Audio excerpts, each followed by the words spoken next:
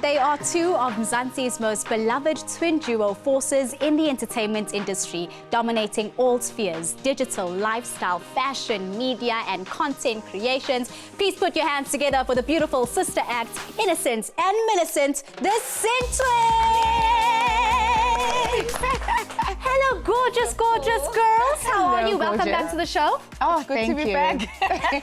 It is good to be back, actually. Yeah. Now, so much has happened. I don't think it's even been 6 months since we last saw you, but I'm sure that so much has happened in your lives. Please tell us about the last 6 months. Oh, it's been so hectic. We have been busy. You know, I'm actually surprised at how fast this year is going, but exciting stuff. We just came back from France.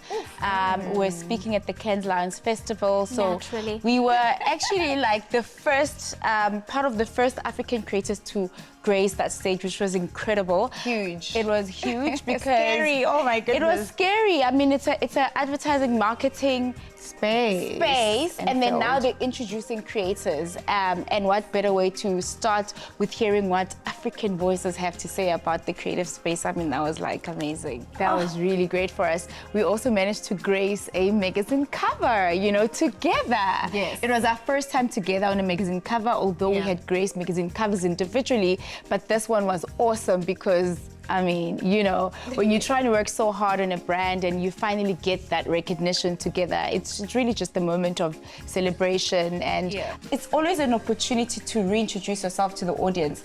You can just never assume that people know you, they know who you are, they know what you do. And we just love like impactful work. I mean, we've been in the industry for over a decade, but for us, like the work that we love the most is like work that has some sort of impact, work that creates change, work that inspires and impacts people, especially young girls. I mean, we're super passionate about that. In the magazine, you talk about your award-winning podcast. How has that flourished over time? Well, let me go back to how it really started. You know, we've always been very passionate about the industry. And remember, we used to write a lot of proposals, and you just send them to channels, you'd send them to broadcasters, and then you just never get the response, or you get the response, but that project never really comes to pass.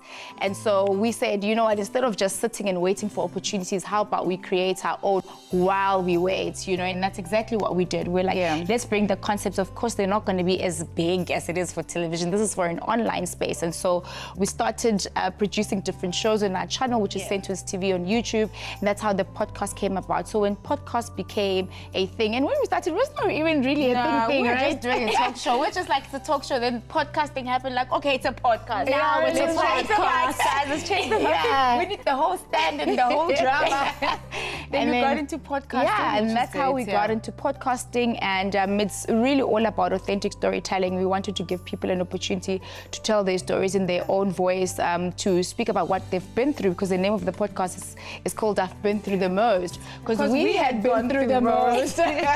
You know, and we knew that other people aren't different from us. Just because they're facing something different doesn't mean it was not difficult for them. And so when you're sharing your story and your difficulties and how you were able to overcome them, that gives courage to somebody who's at home and just feels like giving up. And that's what the podcast is about. You could have easily come in here saying, yes, we figured it out from the beginning, but you were so open and honest about how you were navigating the space as well. And I think that's what makes us relate to you guys, even on social media, because it's quite clear how authentic you're being. Yeah, I mean, sometimes we're a little bit too authentic and overshare, and you have to have a balance of not oversharing. But what I've also learned about content is that people just relate to realism. You know, authentic storytelling is important. And one of the things I actually was speaking about in France is that we're not just content creators, we're community builders, we change drivers, and we're culture shapers. And in doing so, that's the way you are able to infiltrate the heart of the audience, and they're able to relate to you so much more. So what we do always has to translate into building a community of some sort. So you have to be very intentional when you're posting. That's the thing, we don't realize how much of an impact it has. And I think there's no better time than now to speak about it. I mean, it's August, it's Women's Month. Women empowerment is something you seem to be doing on a daily basis, but it's amplified even more during this month. Oh, yes. And speaking on that, what does women empowerment mean to each of you? So for me, just women empowerment just means like an equal right to everything, you know? If I can be treated equally as my male counterpart, that would be great. If you can pay me what you pay him, that would be great, you know. Obviously, I speak for our line of work, and I'm like, as soon as we can just get those things, you know, in order, I think we'll be much more empowered. Yes, and for you, For me, definitely has to be balance and acceptance. I think that more than ever, women have to accept themselves. You being different is actually your superpower. Everything that makes you unique, everything that makes you stand out is not a negative thing. That's actually a beautiful thing. So whether you're lighter or dark in complexion, use that. That's your superpower. Whether you're curvaceous like us, for the longest time, it's just like, why was this mom so curvaceous? Could I have not been like a supermodel? But now I realize that that's my superpower. I enjoy being this weight. I enjoy looking the way I look. I embrace it. I dress for it. I love it. And so by not embracing your difference and your uniqueness, you actually taking away from what actually makes you you and what makes you unique. And also purpose, power, grace, beauty, uniqueness. That's what speaks of women empowerment, and taking over, because now more than ever women are taking over.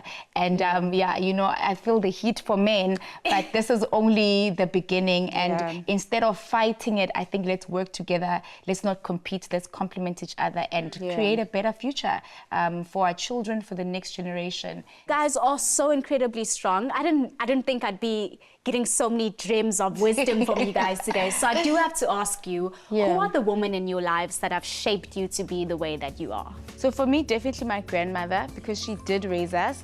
So I think for me, I saw a lot of strength that I really admired in her, and that I still draw from. Like, she's passed now, but now when I think of her, when I'm feeling so overwhelmed, I'm like, oh my goodness, if this woman could do it with 7 kids, What's stopping me? What's stopping me? I'm waking up today, okay? So I think she was the first woman that I looked up to, and my older sister, I love how she always just brings the family together. Yeah, and of course my sister. I was about to say, girl, I better be on that list. Instead of you saying your sister, you're wanting your sister to put you on her list. No, you know what? I'm judging.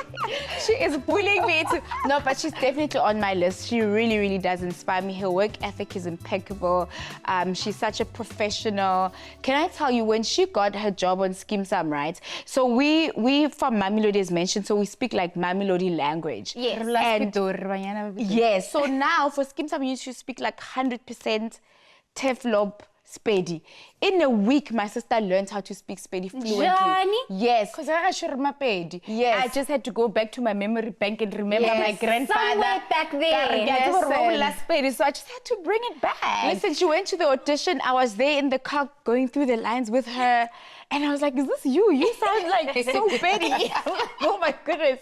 And she got the job. It's 10 years ago. 10 years ago. 10 years. She's still on the soapy to this day. So that inspires me all the time. Like every time I have to read my scripts, I'm like, this is too much. I'm like, if this girl could learn Betty in a week, I can do anything. I can do it. Now, I think that a problem we have is that the three of us are chatterboxes, which means there's nobody restricting and reeling it in. So I'm going to close it off by asking you one question that you will share. Okay. What are 3 words that come to mind when you think of Women's Day amongst the 2 of you? Beauty, balance, brains. Ooh. Yes. Beauty, balance, and brains. Yes. Naturally. Yes. I love that. Ladies, it has been amazing getting to know you. You're absolutely phenomenal. Thank you for joining us again. Thank you for having us.